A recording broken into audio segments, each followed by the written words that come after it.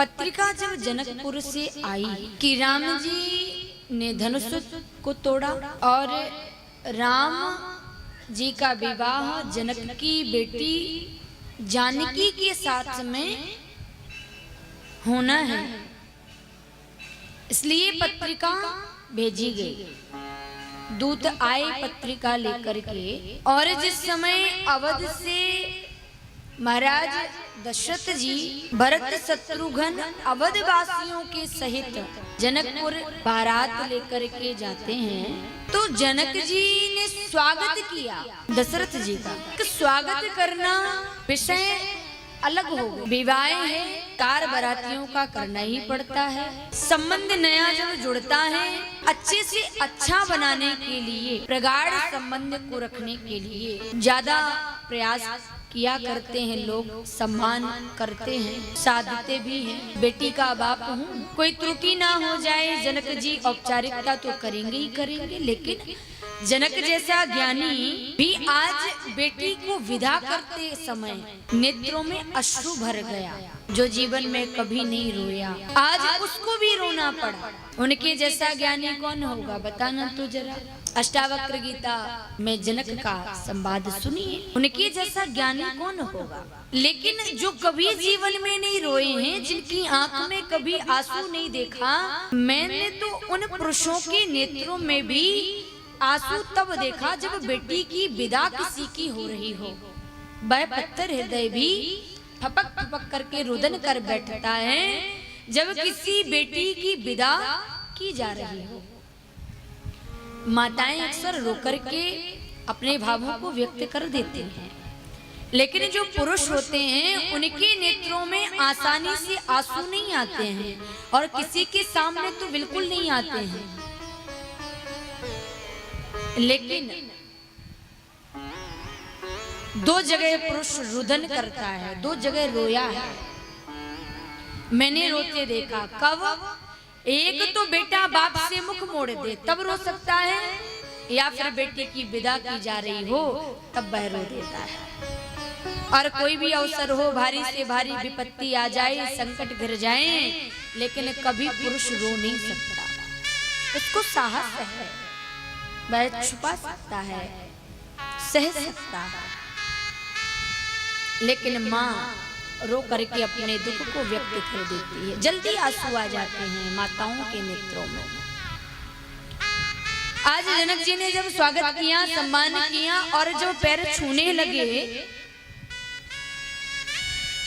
तो दशरथ जी ने हाथ पकड़ लिए। क्या करने जा रहे हो, क्या कर रहे हो, आप बड़े हैं।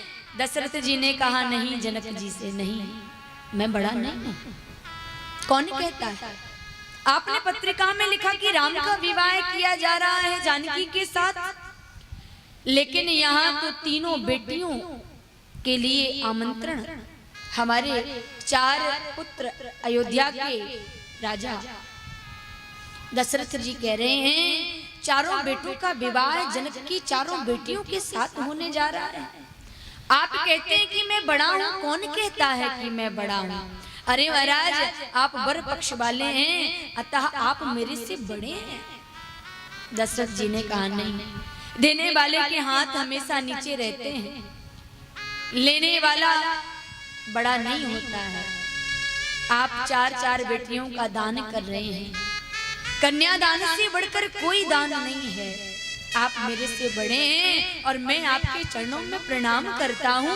इतना विशाल हृदय और किसका होगा, बताइए जरा।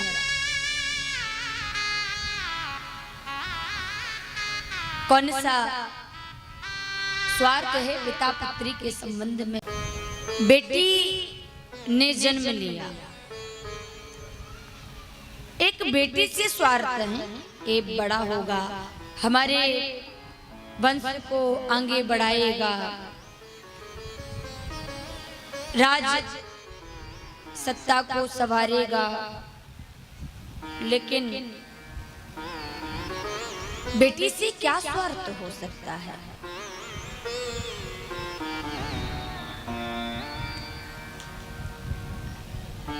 आपने 4 बेटियों को मुझे सौंपने का निर्णय लिया। देखिए, राम जी का विवाह जानकी मैया के साथ, उर्मिला का विवाह लखन के साथ, मांडवी का विवाह भरत जी के साथ, सुतकीर्ति का विवाह शत्रुघ्न जी के साथ। और खूब देवता लोग इस विवाह में सम्मिलित होते हैं। कोई साधारण बारात नहीं थी राम जी की।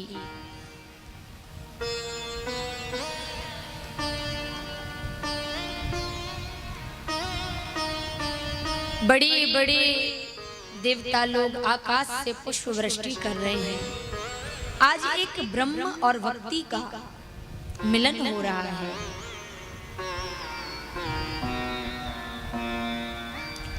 माताएं यहाँ अयोध्या में आनंद मना रही हैं। सुंदर अयोध्या को सजाया जा रहा है। क्यों? आज हमारे यहाँ पर चारों दुल्हा बन करके पुत्र आएंगे और हमारे यहाँ पर बहुएं आएंगी। प्रसन्नता व्यक्त कर रही हैं। अयोध्या वासी बड़े प्रसन्न हैं। एक माँ अपनी बेटी को शिक्षा देती है, संस्कारों के साथ विदा करती है। वो सारी शिक्षाएं सुनैना माँ ने माता जानकी को प्रदान की।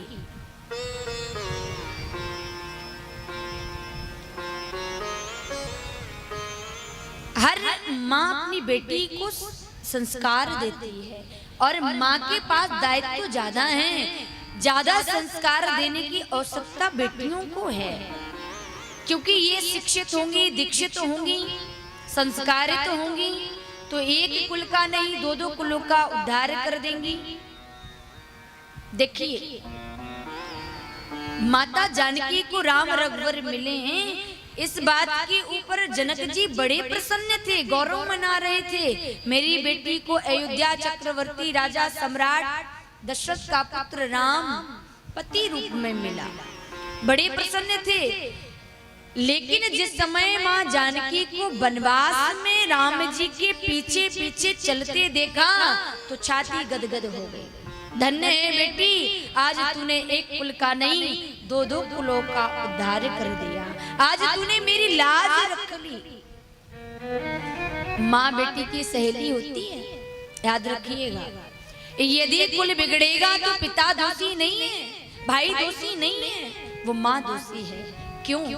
क्योंकि हर बेटी माँ के पास आकर के अपना सुख दुख रोती है, अच्छा बुरा बताती है। वो भी कभी बेटी थी, लेकिन जब वो गलत कार्य में वाहवाही करती, साथ देती, उसकी छोटी छोटी गलतियों को छुपा देती, उसको बढ़ावा मिलता है। वो जब ससुराल जाती है तो सास को अपनी मां नहीं मान पाती है, उस घर को घर नहीं मान पाती है। छोटी छोटी गलतियां जब मायके में बताना शुरू करती हैं तो घर जल्दी टूट जाते हैं। और जिस समय संबल मिलता है मायके पक्ष का तो तलाक की नौबत पहुंच जाती है। सनातन संस्कृति तो यही सिखाती है कि डोली पिता के घर से, अर्थी पति के घर से उठनी चाहिए। लेकिन फिर 1 साल 2 साल बाद संबंध टूट क्यों जाते, बिखर क्यों जाते? इसका मतलब आपने शिक्षित किया लेकिन दीक्षित नहीं किया, संस्कार नहीं भरे बेटी में, सहन शक्ति प्रदान नहीं करी, धैर्य को नहीं दिया।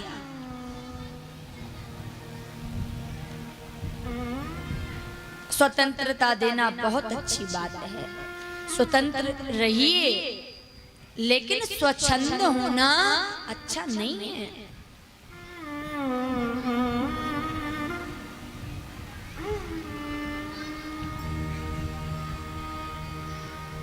बहुत आनंद अनुमोदन किया जा रहा है।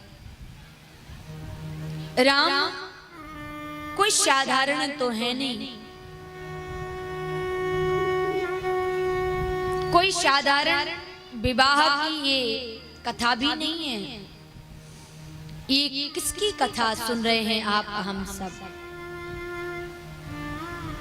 जिनकर नाम लेते जग माही, जिनकर नाम लेते जग माही, जिनकर नाम लेते जग माही, जिनकर नाम लेते जग माही, जिनकर नाम लेते जग माही, जिनकर नाम लेते जग माही, सकल अमंगल मूले न साही, सकले अमंगल भूले न साई, सकले अमंगल भूले न साई, सकले अमंगल भूले न साई, सकले अमंगल। अयोध्या की ओर खूब स्वागत सत्कार जब हुआ, जनवासरे में ठहराया गया। सुंदर सुंदर माताओं के द्वारा जो बारातियों के लिए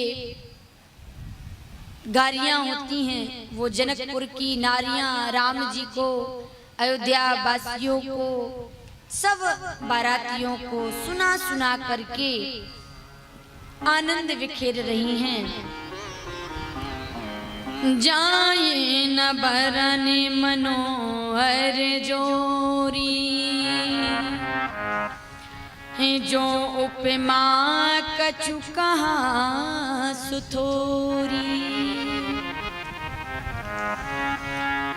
पाए पखारन पाए पंकज, लागे पखारन पाए पंकज, प्रेम तन पुलकावली। कुछ कुछ आकर के माता जानकी को भेंट विदाई भी देती हैं। सखियां रुदन कर रही हैं, धन्य है आज आप को इतना सुंदर वर प्राप्त हुआ। माता जानकी, उर्मिला, मांडवी, सुतकीर्ति सब अयोध्या की ओर बारात जब अयोध्या में पधारी, स्वागत